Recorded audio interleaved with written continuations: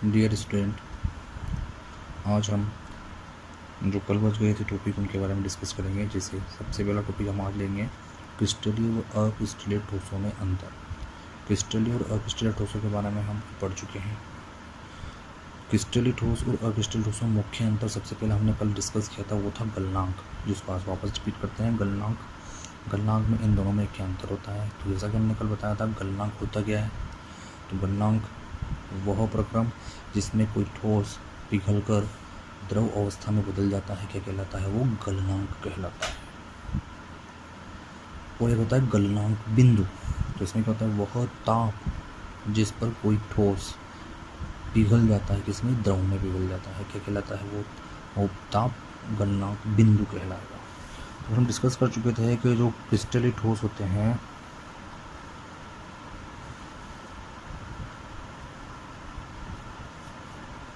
क्रिस्टलीय ठोसों का जो गलनांक होता है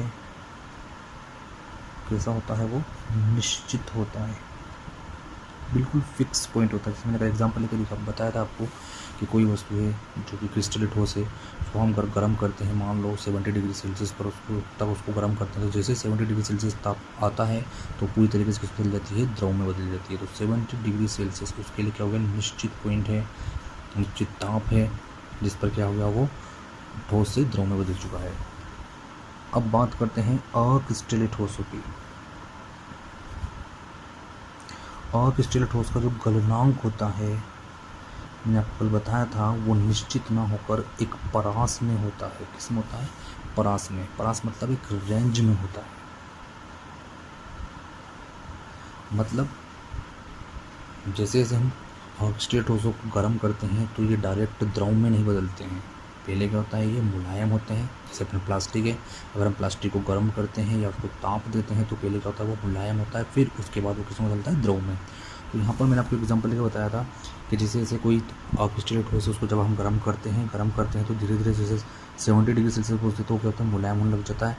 फिर 70 से जैसे हम ताप और बढ़ाते हैं तो 75 डिग्री सेल्सियस तक वो पूरी तरीके से बदल जाता है, द्रव में बदल जाता है। तो अब देखो 70 से लेकर 75 डिग्री सेल्सियस तक अक्रिस्टलीय ठोस जो होते हैं वो क्या होते हैं, ठोस से द्रव में बदलते हैं। यहाँ से स्टार्ट होते हैं 70 डिग्री सेल्सियस से, और 75 डिग्री सेल्सियस पे क्या होते हैं, पूरी तरीके से वो द्रव में बदल जाते हैं। तो इसका मतलब जो इनका गलनांक होता है वो एक निश्चित बिंदु नहीं होता है, कैसा होता है, एक परास में होता है, एक रेंज में होता है। अब पहला जो हमने अंतर पढ़ा था गलनांक में, डिस्कस कल कर चुके, इसको हमने थोड़ा बहुत अभी भी पढ़ लिया है। सेकंड जो अंतर पढ़ेंगे हम वो पढ़ेंगे, इम्पोर्टेंट है ये भी, शीतलन वक्र।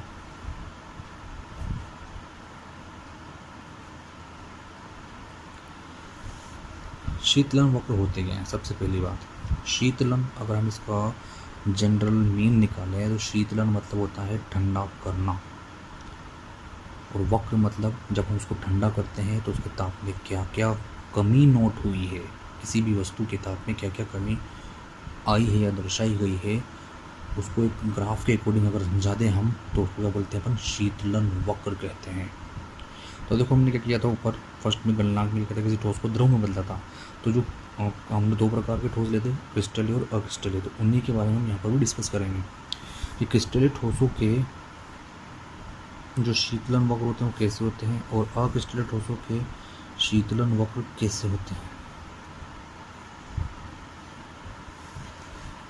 अगर हम बात करें शीतलन वक्र की, वो भी किसके, क्रिस्टलीय ठोसों के शीतलन वक्र के बारे में। तो यहाँ पर हम ग्राफ बनाएंगे किसके मध्य, ताप और समय के मध्य। ताप को रिप्रेजेंट करते हैं कैपिटल टी से और समय को रिप्रेजेंट करते हैं स्मॉल टी से। जब क्रिस्टलीय ठोसों के जो पिघले हुए द्रव होते हैं उनको जब हम ठंडा करते हैं तो उन पर समय के साथ साथ उनके ताप में क्या कमी, कैसे कमी होती है, उसको हम बताएंगे किसके द्वारा, शीतलन वक्र के द्वारा। जब क्रिस्टलीय ठोसों के द्रव को हम ठंडा करते हैं तो जैसे जैसे ठंडा करते हैं तो इसके ताप में क्या आती है, कंटिन्यू कमी आती है। फिर एक निश्चित बिंदु पर जाके इसके ताप क्या होता है, स्थिर हो जाता है। मतलब यहाँ पर इस बिंदु पर ये जो है क्रिस्टलीय ठोस का द्रव है वो क्या होने लग जाता है, जमना स्टार्ट हो जाता है और एक निश्चित बिंदु तक वो क्या हो जाता है, पूरी तरीके से जम जाता है। यहाँ से जमना स्टार्ट हुआ और यहाँ तक क्या होता है, पूरी तरीके से वो जम जाता है। फिर उसके बाद इसके ताप में और कमी करते हैं तो इसके ताप में पुनः वापस क्या होती है, कमी प्रदर्शित होती है।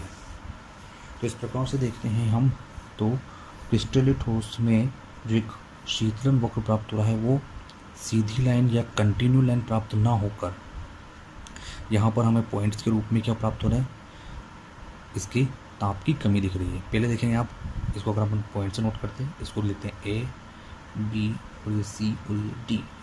तो देखो ए से लेके बी तक क्रिस्टलीय ठोसों के द्रव के ताप में क्या आ रही है, कमी आ रही है, जबकि बी से लेके सी तक इसके ताप में कोई कमी नहीं आ रही है। मतलब ये वो बिंदु है जहाँ पर क्या होता है, द्रव जमना स्टार्ट होता है बी से, और सी पर जाता जाता क्या होता है, इसका द्रव पूरी तरीके से जम जाता है। फिर उसके बाद सी जब पूरी तरीके से क्रिस्टलीय ठोस जम जाता है तो इसके बाद और ताप में कमी करते हैं, तो सी से लेकर डी तक वापस ताप में क्या होती है, पुनः कमी प्रदर्शित होती है। ये होती है क्रिस्टलीय ठोसों का शीतलन वक्र। मतलब इसका वक्र कैसा होता है, असतत। मतलब समझे, असतत का मतलब कंटिन्यूस लाइन नहीं है। कंटिन्यूस लाइन मतलब एसी लाइन नहीं है या फिर एसी लाइन नहीं है जिसके अंदर क्या है, कहीं भी पॉइंट नहीं आते हैं, इनको बोलते हैं कंटिन्यूस लाइन। अगर इस तरह से जाता है, इस तरह से जाता है तो क्या हो गया, ये असतत। या फिर इसके अंदर क्या हो चुका है, पॉइंट्स आ चुके हैं, यहाँ पर क्या होगी, ये लाइन टूट चुकी है, तो मतलब कैसी हो गई, ये असतत। तो मतलब यहाँ पर क्रिस्टलीय ठोसों का जो वक्र प्राप्त हो रहा है, शीतलन वक्र, वो कैसा है, असतत वक्र है। अब हम डिस्कस करते हैं अक्रिस्टलीय ठोसों के शीतलन वक्र की एक बात। इसमें भी वही ताप और समय के मध्य क्या करते हैं, ग्राफ खींचते हैं। तो जब अक्रिस्टलीय ठोसों के द्रव को हम ठंडा करते हैं तो इसके ताप में क्या आती है, कंटिन्यू कमी आती रहती है। इसमें कोई भी ऐसा बिंदु प्राप्त नहीं होता है जहाँ पर इसके ताप में कमी क्या हो जाए, स्थिर हो जाए। मतलब इसका जो वक्र प्राप्त हुआ, एक सीधी मतलब कंटिन्यू लगातार वाली लाइन प्राप्त हुई है, इसको बोल देंगे हम, कौन सा वक्र है ये, सतत वक्र कहलाएगा। कौन सा वक्र कहलाएगा, ये सतत वक्र। तो यहाँ पर भी एक इम्पोर्टेंट अंतर पता चल चुका है कि क्रिस्टलीय ठोसों का जो शीतलन वक्र होता है कैसा होता है, असतत, जबकि अक्रिस्टलीय ठोसों का शीतलन वक्र कैसा होता है, सतत। इसका कारण मैंने बता दिया कि क्रिस्टलीय ठोसों के अंदर अगर हम ताप में कमी करते हैं तो प्रारंभ में तो उसके ताप में क्या होती है, कमी होती है, फिर उसमें क्या होती है, एक समय के लिए वो क्या होता है, ताप में कमी स्थिर हो जाती है। यहाँ पर क्या होता है, ये जमना प्रारंभ कर देता है। फिर उसके बाद इसके ताप में और कमी करते हैं तो वापस में क्या होती है, कमी प्रदर्शित होती है। मतलब इसमें क्या होती है, ऐसे पॉइंट्स प्राप्त हो जाते हैं। तो इसका मतलब इसका वक्र कैसा हो गया, असतत, लगातार वाली लाइन प्राप्त नहीं हुई है। लेकिन अपन अक्रिस्टलीय ठोस के बारे में बात करते हैं तो अक्रिस्टलीय ठोसों के ताप में अगर हम कमी करते हैं तो इसके ताप में क्या होती है, समय के साथ साथ कंटिन्यू क्या होती है, कमी होती है। इसमें कोई भी ऐसा बिंदु नहीं आता है जहाँ पर इसका ताप कैसा हो जाए, स्थिर हो जाए। मतलब इसका जो वक्र प्राप्त होता है वो कैसा होता है, सतत वक्र प्राप्त होता है। ये हो गए दो अंतर। अब हम तीसरा और मुख्य अंतर पढ़ेंगे।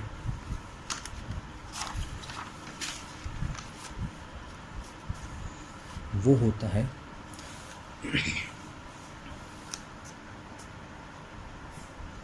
समदेशिकता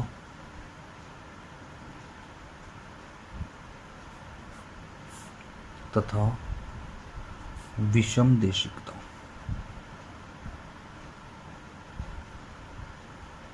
तीसरा अंतर पढ़ रहे हैं हम क्रिस्टलीय और अक्रिस्टलीय ठोसों के अंदर। समदेशिकता क्या होती है, विषमदेशिकता क्या होती है। समदेशिकता किसमें पाई जाती है, विषमदेशिकता किसमें पाई जाती है, इसके बारे में हम थोड़ा सा डिस्कस करते हैं। तो सबसे पहला जो हमने लिया है समदेशिकता, उसके बारे में डिस्कस कर लेते हैं। समदेशिकता होती क्या है।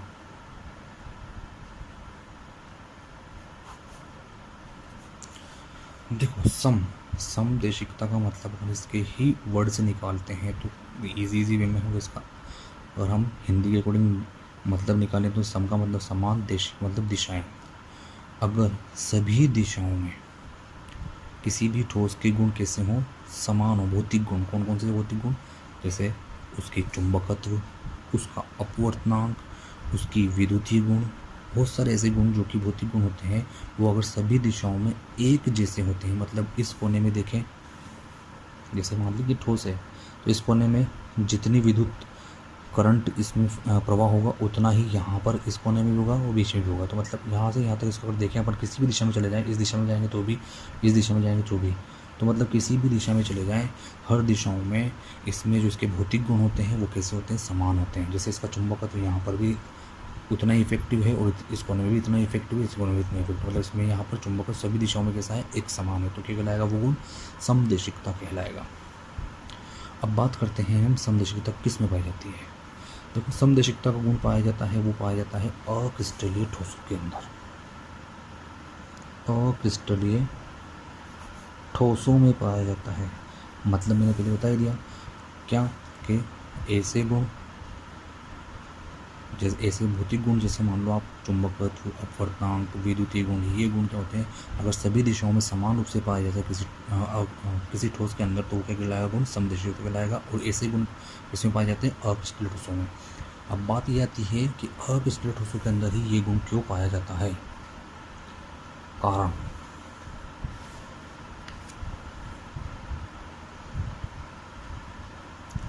तो कारण इसके ही नाम में छुपा है अक्रिस्टलीय ठोसों के अंदर। अक्रिस्टलीय ठोस में क्या होता है कि हमें पता है इसके जो संरचना होती है, इसके अंदर अवयवी कणों की जो व्यवस्था होती है वो निश्चित नहीं होती है। मैंने आपको कल बताया था कि इसमें क्या होते हैं, अवयवी कण कुछ दूरी तक ही क्या होते हैं, व्यवस्थित होते हैं, उसके बाद यहाँ पर इसकी व्यवस्था क्या होती है, बिगड़ जाती है। तो इस प्रकार यहाँ पर देखें तो यहाँ पर सारे क्या है, छोटे छोटे कणों के गुण है, यहाँ पर क्या है, सारे बड़े बड़े कणों के गुण। तो यहाँ पर क्या होता है कि इसके कणों की जो व्यवस्था होती है समान नहीं होती है, निश्चित नहीं होती है, इसलिए इसके सभी दिशाओं में जो गुण होते हैं वो कैसे होते हैं, एक समान होते हैं। जबकि अगर हम बात करते हैं विषम देशिकता,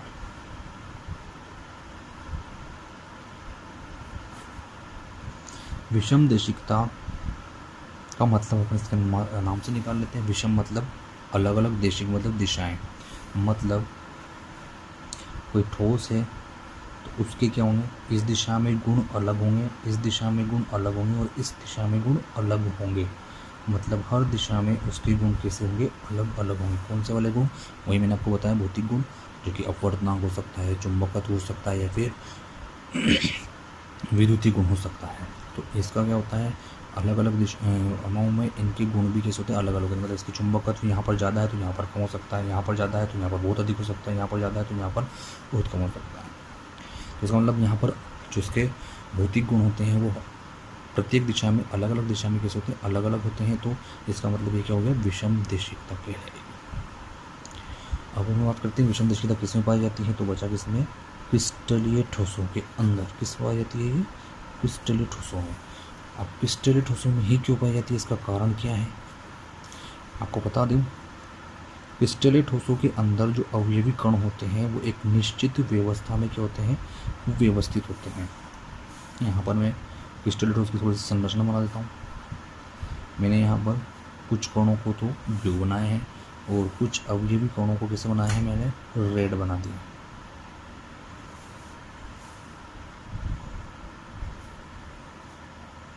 अब इसकी संरचना के अकॉर्डिंग हम समझते हैं कि जब क्रिस्टलीय ठोस में हम प्रकाशीय किरण को आपतित करते हैं तो यहाँ पर एक दिशा है, इस दिशा में आपतित कर रहे हैं, और एक हम इस दिशा में आपतित कर रहे हैं। ये दिशा होगी ए बी दिशा, और ये दिशा मान लें हम पी क्यू दिशा, पी और ये क्यू।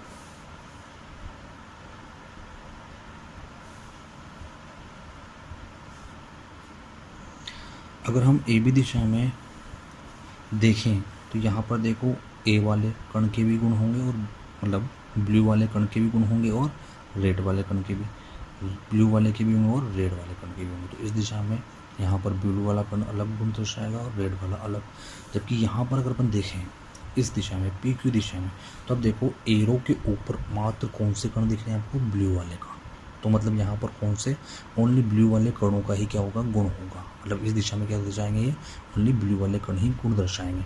जबकि अगर अपन इस एरो के नीचे देखते हैं तो एरो के नीचे मात्र कौन से दिख रहे हैं हमको, रेड वाले कण दिख रहे हैं। कौन से दिख रहे हैं, रेड वाले कण। तो मतलब एरो के नीचे कौन से वाले कण को दर्शाएंगे, रेड वाले कणों के गुण दर्शाएंगे। तो मतलब इसमें ए बी दिशा में, जो ए बी दिशा में गुण है वो अलग है, और पी क्यू दिशा में गुण है वो अलग है, क्योंकि ए बी दिशा में दोनों कण दर्शा रहे हैं। जबकि यहाँ पर देखो आप, तो एरो के ऊपर तो ब्लू वाले हैं और एरो के नीचे कौन से आ गए आपके, रेड वाले कण आ गए।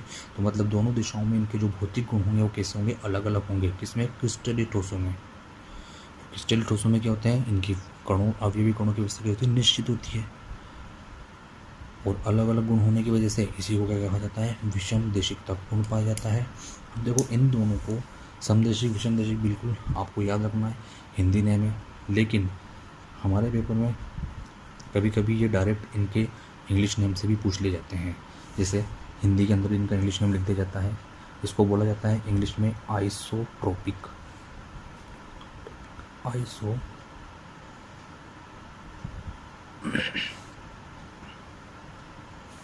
उसको बोलते हैं एन आइसोट्रोपिक।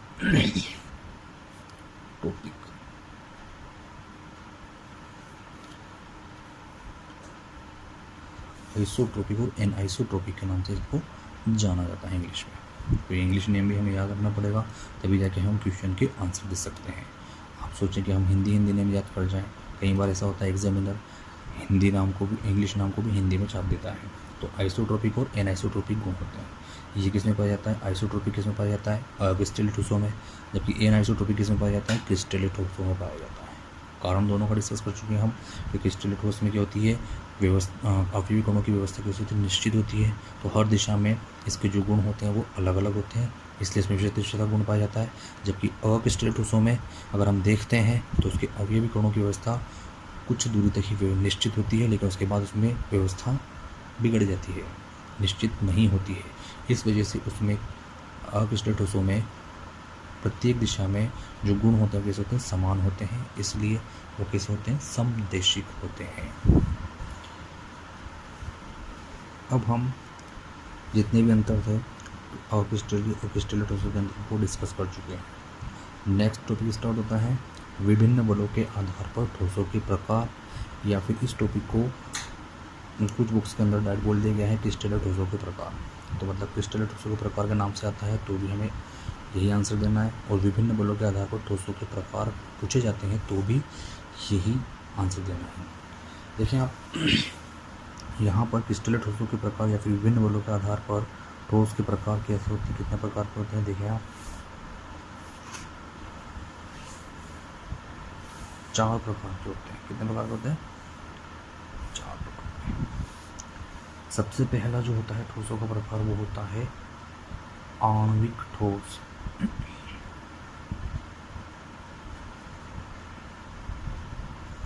दूसरा होता है आयनिक ठोस।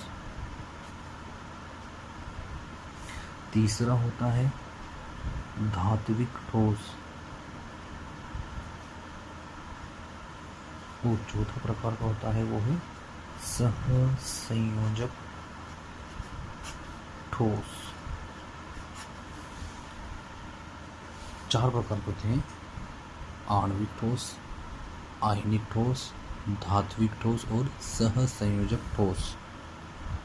सहसंयोजक ठोस इनके इंग्लिश नाम भी जान लेते हैं। आणविक ठोस को इंग्लिश में बोलते हैं हम मोलेक्यूलर सॉलिड। आयनिक को इंग्लिश में भी आयनिक बोलते हैं, आयनिक सॉलिड। धात्विक को बोलते हैं हम मेटेलिक सॉलिड। और सहसंयोजक को हम बोलते हैं कोवेलेंट सॉलिड, या फिर इसका इंग्लिश नाम एक और है, वो है नेटवर्क सॉलिड। इस नाम से इसको पूछा जा सकता है, नेटवर्क सॉलिड के नाम से। सबसे पहले हम डिस्कस कर लेते हैं आणविक ठोस होते क्या है। देखो कुछ भी ज़्यादा इसमें डीप में नहीं जाना है, तो अपन डायरेक्ट इनकी डेफिनेशन समझते हुए चलते हैं। तो आणविक, इसके नाम से पता चल रहा है आणविक किससे मिलकर बना हुआ है, ये अणु से। तो मतलब इस प्रकार के ठोसों के अंदर जो अवयवी कण होंगे वो कैसे होंगे, अणु होंगे। अवयवी कण कौन होंगे, अणु होंगे। और यहाँ पर आणविक ठोस भी 3 प्रकार का होता है।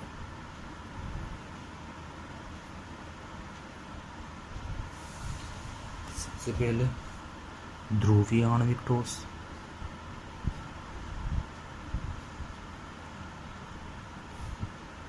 दूसरा होता है अध्रुवीय आणविक ठोस, और तीसरा होता है हमारा हाइड्रोजन बंधित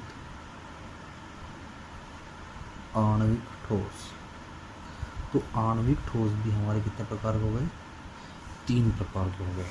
सबसे पहली बात हमने आणविक ठोस के अंदर क्या पढ़ी कि इसके अंदर जो अवयवी कण होते हैं वो क्या होते हैं, अणु होते हैं। और आणविक ठोस भी 3 प्रकार के होते हैं, ध्रुवीय, अध्रुवीय और हाइड्रोजन बंधित। देखो नाम से पता चल रहा है, ध्रुवीय क्या होते हैं, ऐसे आणविक ठोस जिनमें जो अवयवी कण होते हैं वो ध्रुवीय अणु होते हैं। कैसे होते हैं, ध्रुवीय अणु। जैसे एग्जांपल देख लेते हैं हम, HCl, NH3, SO2, बहुत सारे हैं इसके अंदर क्या है, आदि एग्जाम्पल सकते हैं। इनके अंदर देखो जो ये अणु ध्रुवीय आणविक ठोस होते हैं, इनके अणुओं के मध्य द्विध्रुव आकर्षण बल पाया जाता है।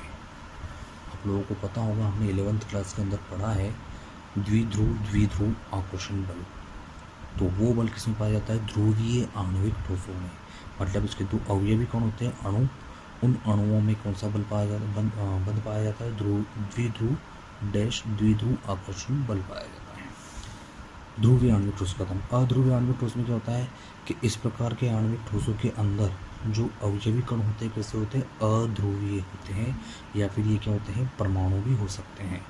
और इनके अणुओं या फिर इन परमाणुओं के मध्य दुर्बल वान डेर वाल बल पाए जाते हैं या फिर आप कह सकते हैं इसके अंदर लंदन बल पाया जाता है, जिसको हमने एक नाम और पढ़ा था, प्रेरित द्विध्रुव और तत्कालिक प्रेरित द्विध्रुव आकर्षण बल के नाम से भी पढ़ा था 11th क्लास में हमने। इसके जो एग्जाम्पल्स हैं वो एग्जाम्पल्स कौन कौन से हैं इसमें, अध्रुवीय के अंदर देख लो आप, CCl4, CH4,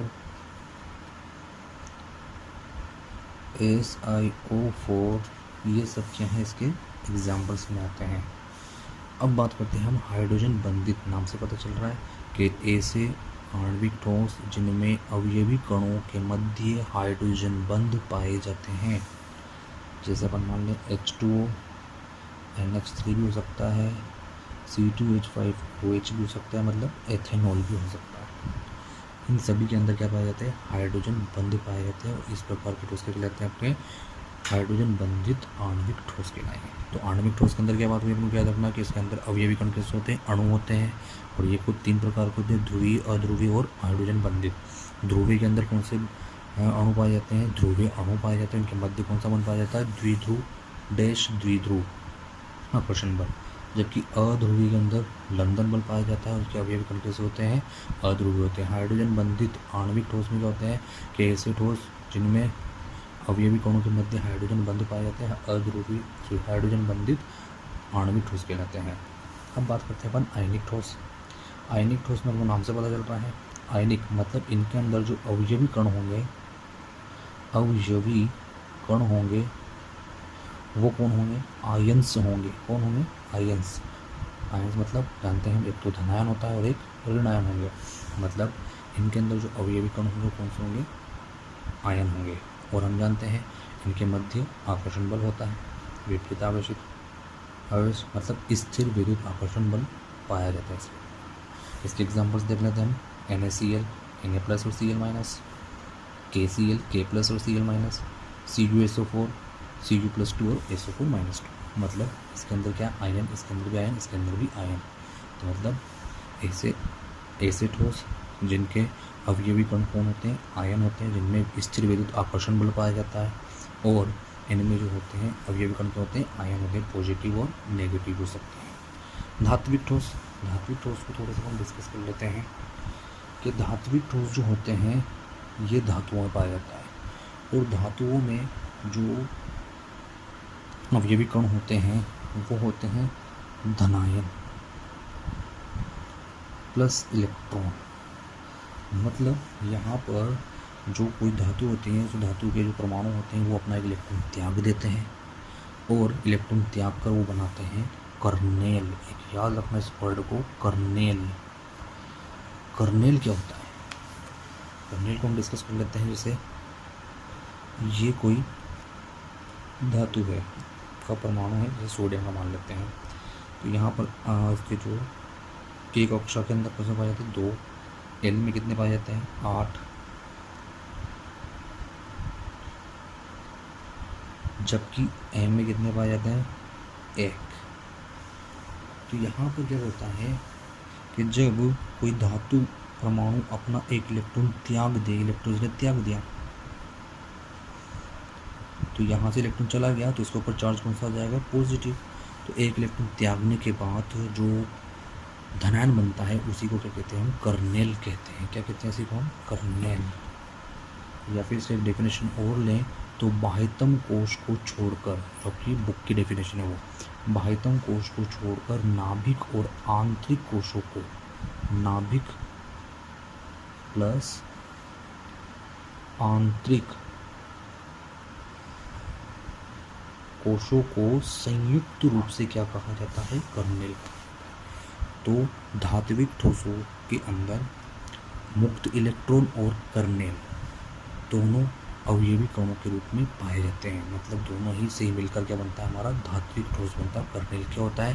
कर्नेल को कर्म इजी लैंग्वेज समझे तो किसी भी परमाणु या फिर धातु में से एक इलेक्ट्रॉन, धातु परमाणु में से एक इलेक्ट्रॉन निकल जाए तो बना बचा हुआ धनायन क्या कहलाता है? कर्नेल कहलाता है। और या फिर आप बोल सकते हो कि बाह्यतम कोश को छोड़कर नाभिक और आंतरिक कोशों को संयुक्त रूप से क्या कहा जाता है? कर्नेल कहा जाता है। तो इस प्रकार से धातुओं के अंदर ये पाया जाता है। धातुओं के अंदर क्या होता है? मुक्त इलेक्ट्रॉन प्लस कर्नेल दोनों मिलकर क्या बनाते हैं? अपने धात्विक ठोस बनाते हैं। अब हम बात करते हैं लास्ट सहसंयोजक ठोस या फिर कोवेलेंट। आपको पता होना चाहिए, इसमें नाम से पता चल रहा है कि इसके अंदर जो अवयवी कण होंगे वो क्या होंगे? परमाणु होंगे। अब इसके अंदर जो अवयवी कण होते हैं कैसे होते हैं? परमाणु होते हैं। और इन परमाणुओं के मध्य कौन सा बंध पाया जाएगा? सहसंयोजक बंध पाया जाएगा। अब इनका एक इम्पोर्टेंट नाम है वो भी याद रख लें, नेटवर्क ठोस भी बोलते हैं इनको। और इनका एक और नाम है वो है विशाल आणविक ठोस। इनको क्या कहा जाता है? विशाल आणविक ठोस भी कहा जाता है। इसका एग्जाम्पल्स हैं आपको हीरा, ग्रेफाइट, बहुत सारे एग्जांपल्स हो जाएंगे जो कि सहसंयोजक ठोस के हो जाएंगे। आपकी हीरा ग्रेफाइट को करा दी। अब देखो इसके अंदर एक बात को बता देता हूँ मैं कि यहाँ पर जो ग्रेफाइट एग्जांपल है, यहाँ हम देखें तो सहसंयोजक ठोस जो होते हैं वो विद्युत के क्या होते हैं? कुचालक होते हैं। कैसे होते हैं? विद्युत के कुचालक।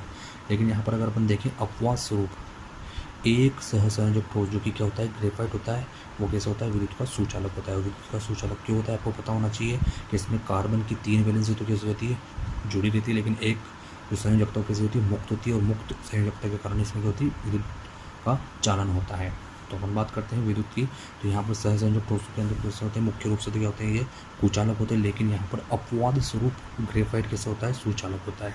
अगर अपन बात करते हैं आयनिक ठोसों की, तो आयनिक ठोस में जिसकी ठोस अवस्था होती है उसके अंदर तो ये कैसे होते हैं? कुचालक होते हैं। लेकिन गलित अवस्था में कैसे होते हैं? सुचालक होते हैं। गलित अवस्था में सुचालक क्यों होते हैं? इसके बारे में हम 11 में पढ़ चुके हैं कि जैसे ही हम इनको पानी के अंदर घोलते हैं, किनको? आयनिक ठोसों को, तो ये अपने आयनों में टूट जाता है। और आयनों में टूटने के कारण ही इनमें क्या होती है? विद्युत धारा का चालन होता है। वापस जल्दी जल्दी रिपीट कर लेते हैं कि क्या होता है? विभिन्न बलों के आधार पर ठोसों के प्रकार क्या होते हैं, या फिर अपन बोल सकते हैं क्रिस्टल ठोसों के प्रकार क्या होते हैं। 4 प्रकार के होते हैं: आणविक ठोस, आयनिक ठोस, धात्विक ठोस और सहसंयोजक ठोस। आणविक ठोस को हम बोलते हैं मोलिकुलर सॉलिड, आयनिक को आयनिक सॉलिड, धात्विक को हम बोलते हैं मेटलिक सॉलिड, और सहसंयोजक को कोवेलेंट या फिर नेटवर्क सॉलिड भी बोला जाता है। आणविक ठोस में क्या होता है? अवयवी कण क्या होते हैं? अणु होते हैं। ये आणविक ठोस भी 3 प्रकार के होते हैं: ध्रुवीय, अध्रुवीय और हाइड्रोजन बंधित।